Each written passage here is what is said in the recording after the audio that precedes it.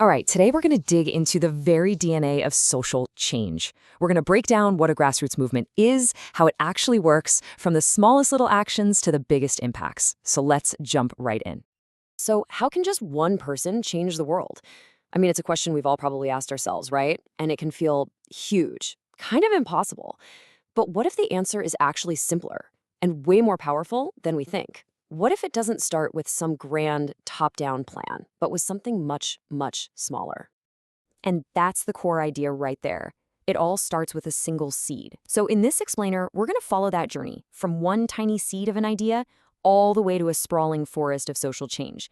And to do that, we've got to start with the basics, the soil it all grows in. Okay, so what exactly is grassroots? The key words to hang on to here are bottom-up and decentralized. Think about it like this. It's the total opposite of a typical company, where a CEO is calling all the shots from the top floor. In a grassroots movement, the power, the ideas, it all flows from the ground up. That is the fundamental principle we're going to keep coming back to. Okay, so let's start right there at the micro level. Where does all this energy, all the actual work, even come from? Well, it starts with people. Simple as that.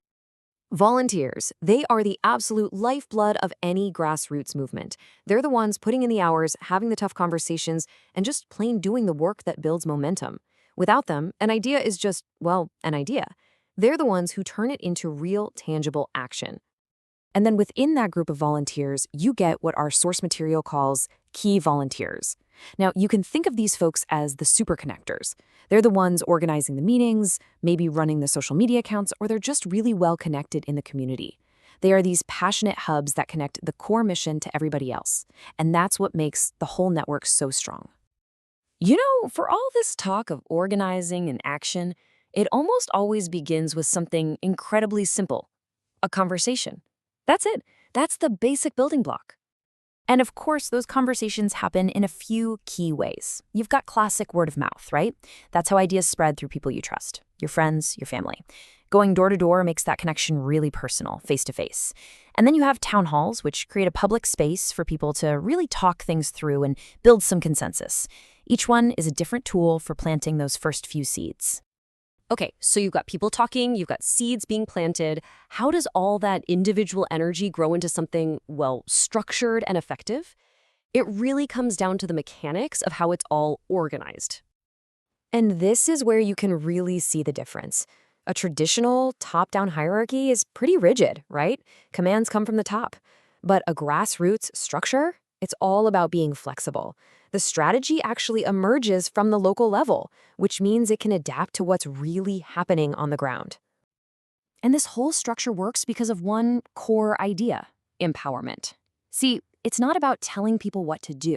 It's about giving them the tools and the agency to take ownership themselves.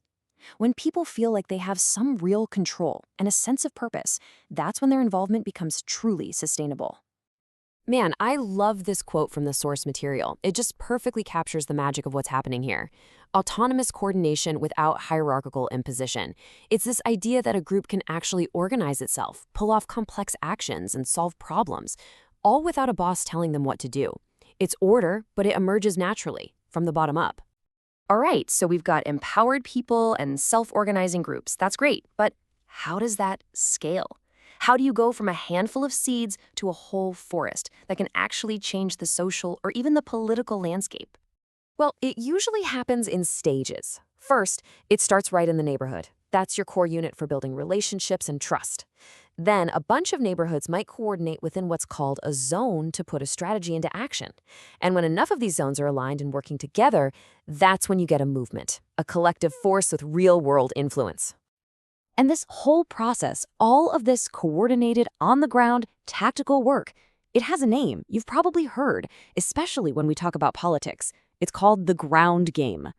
So the ground game isn't just one single thing. It's really a whole set of tactics, each designed for a specific goal. You've got canvassing and outreach, which is all about engaging people directly and getting the word out. You need fundraising to mobilize resources and just, keep the lights on. And then you have awareness campaigns to spread the message far and wide and build that popular support. Okay, so with all this work going on, how do you know if it's actually working? That's where this concept of yield comes in. Yield is the tangible, measurable result of that ground game. Are more people showing up to events? Are donations going up? Is the topic trending online? Are actual policies changing? The yield is the proof that the movement is having a real impact. All right, let's bring this all home. In our final section, we're going to pull it all together.